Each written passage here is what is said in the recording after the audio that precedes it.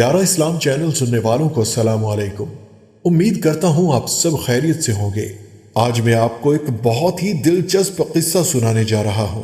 یہ قصہ پہلی صدی ہجری کے آخر کا ہے۔ اموی خاندان کی حکومت قائم ہو چکی تھی۔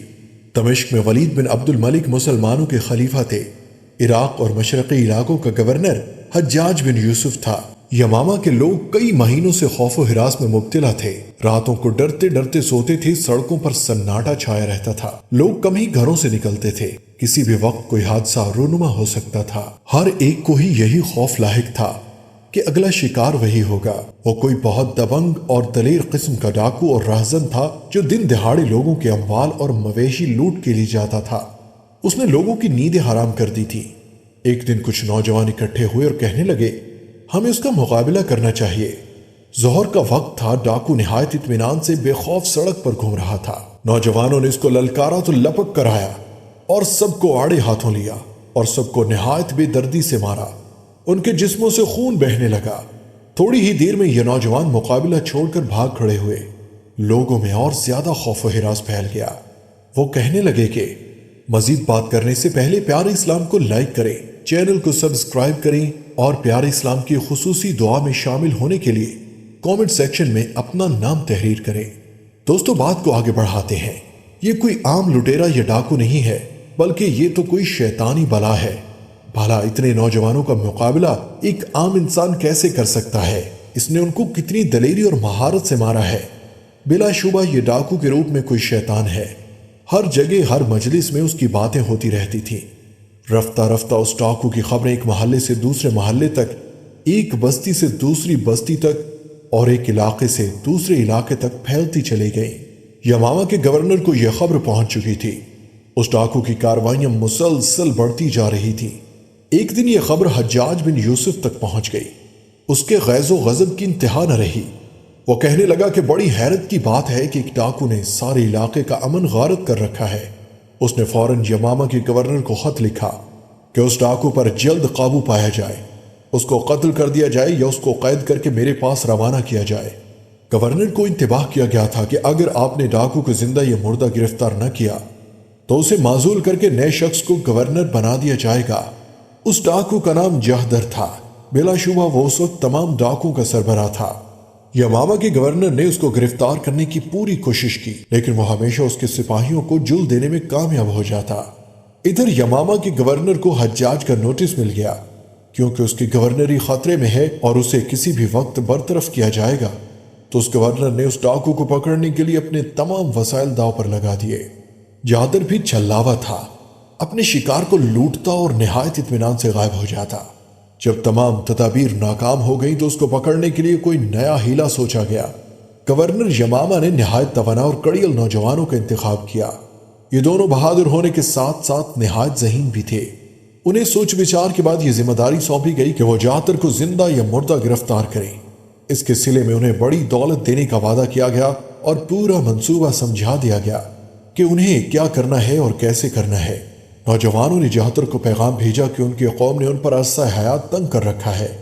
ہم بھی چوری چکاری کرتے ہیں، لوگوں کے گھر لوٹتے ہیں اور اب ہم کسی وقت بھی گرفتار ہو سکتے ہیں، کیونکہ ہمارے ارد گرد گھیرا کافی تنگ ہو چکا ہے۔ ہمیں تمہاری جرت اور ہمت کی خبر ملی ہے۔ ہم تم سے نہایت متاثر ہوئے ہیں۔ ہم نے فیصلہ کیا ہے کہ ہم تمہیں اپنا لیڈر بنائیں، تمہارے قیادت میں ڈاکے ماریں اور جو کچھ ہمیں حاصل ہوگا اس کا 1/4 حصہ تمہیں دیں گے۔ نوجوان چھوٹے موٹے ڈاکے مارتے رہے اور ان خبروں کو خوب اچھالتے رہے۔ اس طرح ان کی دلیری کے قصے زبان زدے عام ہو گئے۔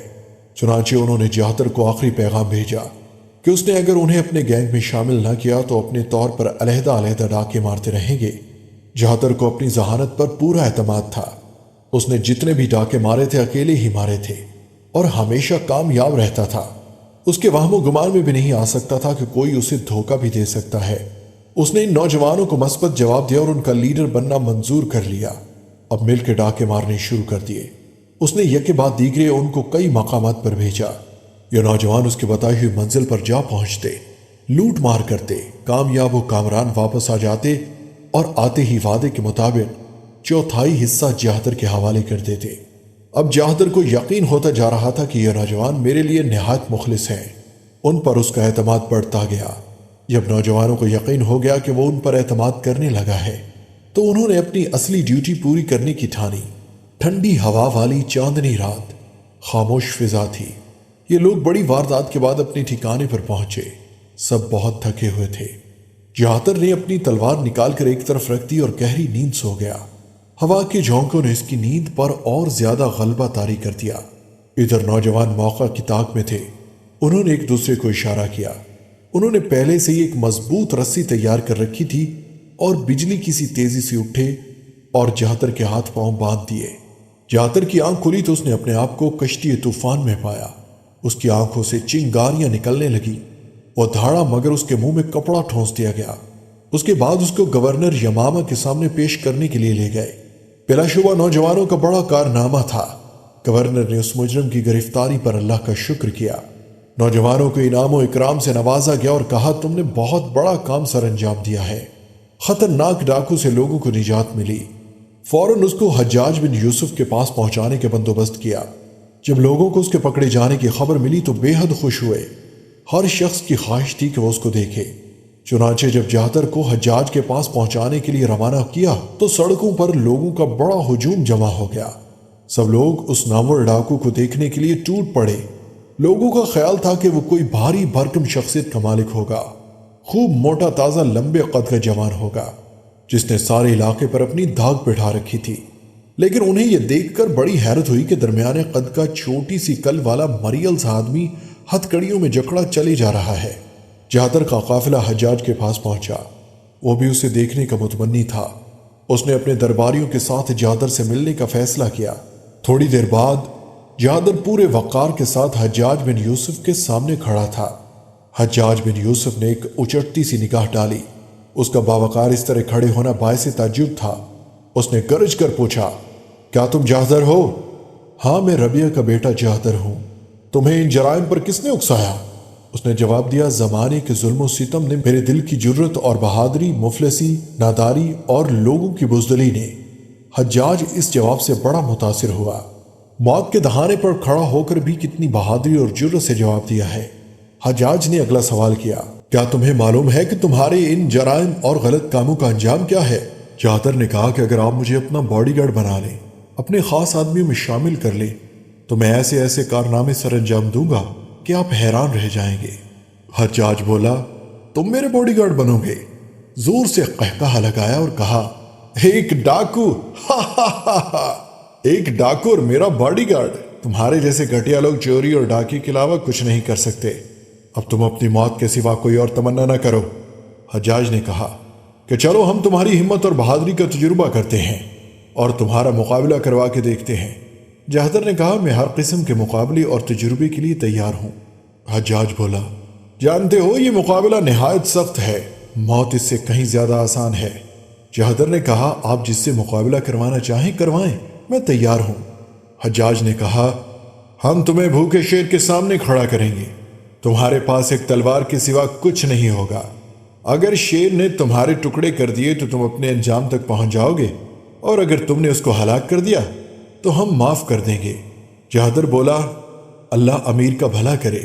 اس کا مطلب یہ ہوا کہ معافی و خلاصی کی صورت نکل آئی۔ جلد ہی تمہارا مقابلہ بھوکے شیر سے ہونے والا ہے۔ حجاج نے جعتر کو قید میں ڈالنے کا حکم دیا اور تاکید کی کہ خونخوار شیر کو 2-3 دن تک بھوکا رکھا جائے تاکہ وہ جعتر کا مقابلہ کرے۔ آخر مقابلے کا دن آ ہی گیا۔ اس دن موسم کچھ حد سے زیادہ گرم تھا۔ ایک اکھاڑا بنایا گیا اور اکھاڑے کے 2 دروازے بنائے گئے اور اس کو گہرا بنایا گیا تاکہ کوئی باہر نہ نکلے۔ اس کے گرد مضبوط دیوار بنائی گئی۔ حجاج اپنے امراء اور وزراء و دیگر عمائدین شخصیات کے ساتھ یہ مقابلہ دیکھنے آیا۔ عام لوگ سخت گرمی کے باوجود وہاں جمع ہو گئے۔ لوگوں کے دلوں میں جعتر کے لیے سخت نفرت تھی، لیکن جب ان کو خیال آتا کہ اس کا ایک بھوکے شیر سے واسطہ پڑے گا تو اس کے لیے ہمدردی پیدا ہو گئی۔ حجاج نے مقابلہ شروع کرنے کا اعلان کیا۔ سب سے پہلے شیر کے پنجرے کا دروازہ کھولا گیا اور اس کے بعد جعتر کے پنجرے کا دروازہ کھولا گیا۔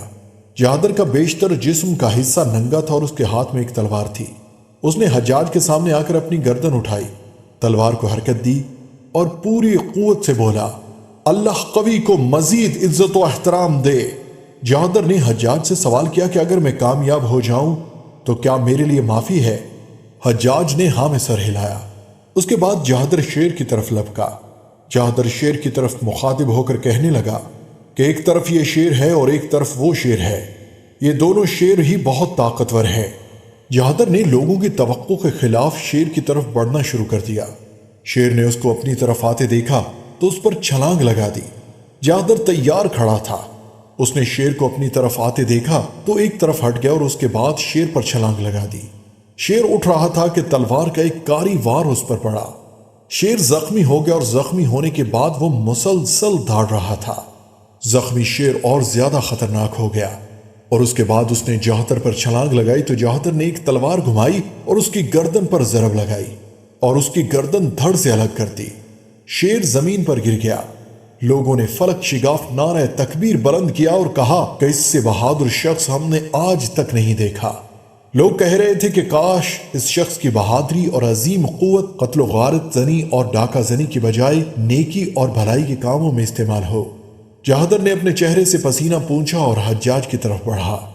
حجاج نے اٹھ کر اس سے مصافحہ کیا اور کہنے لگا، تم بہت بہادر ہو، میں تمہیں اختیار دیتا ہوں یا تو تم معزز اور مکرم بن کر میرے ساتھ رہو یا اس شرط پر واپسی یمامہ چلے جاؤ کہ آئندہ کسی شخص پر ظلم اور زیادتی نہیں کرو گے۔